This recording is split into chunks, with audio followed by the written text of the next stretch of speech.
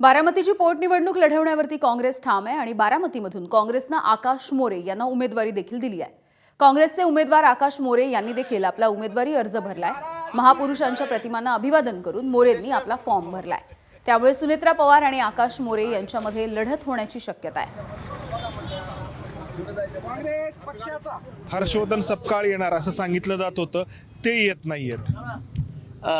आता माझा तर दुपारी फोन झाला होता, ते ऑन द वे आहेत असं कळतंय। आता कधी येतील काय, पण टाइम तर संपणार आहे। काँग्रेस ही निवडणूक लढवण्यावरती ठाम आहे ओके, असं म्हणायचं? होय ठाम आहे। कारण ऑल इंडिया काँग्रेसने आणि जिल्हा महाराष्ट्र प्रदेश काँग्रेसने तसे आम्हाला आदेश दिलेले आहेत। त्या पद्धतीने आमचा बी फॉर्म पण या ठिकाणी आलेला आहे आणि त्या माध्यमातून आम्हाला ते फॉर्म भरायला सांगितलेलं आहे। मी अर्ज दाखल करता आहात, मात्र ही निवडणूक तुम्ही लढवणार आहात यावरती ठाम आहे? 100% लढवणार। वरून आदेश आला त्या पद्धतीने आम्ही ते काम करणार आहे। प्रचारातले मुद्दे काय असतील?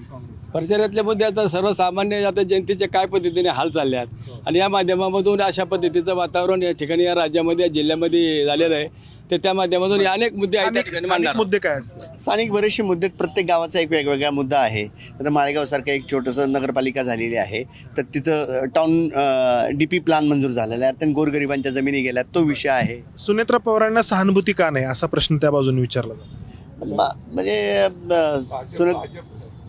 ज्या आघाडीशी ज्या महायुतीच्या बरोबर उभा आहेत त्यांनी काय केलेलं आहे, म्हणजे चौकशीपासून सगळं जे काय अजितदादांच्या अपघाताची त्याची चौकशी या संदर्भात तुम्ही कुठपर्यंत आलेत, काय आलेत, त्यांची राजकीय अपरिहार्यता असू शकते। बारामतीची ही पोटनिवडणूक बिनविरोध होणार नाही हे आत्ता तरी आपल्याला म्हणावं लागतंय।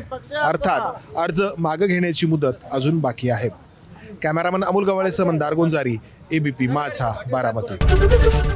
ABP माझा, उघडा डोळे बघा नीट।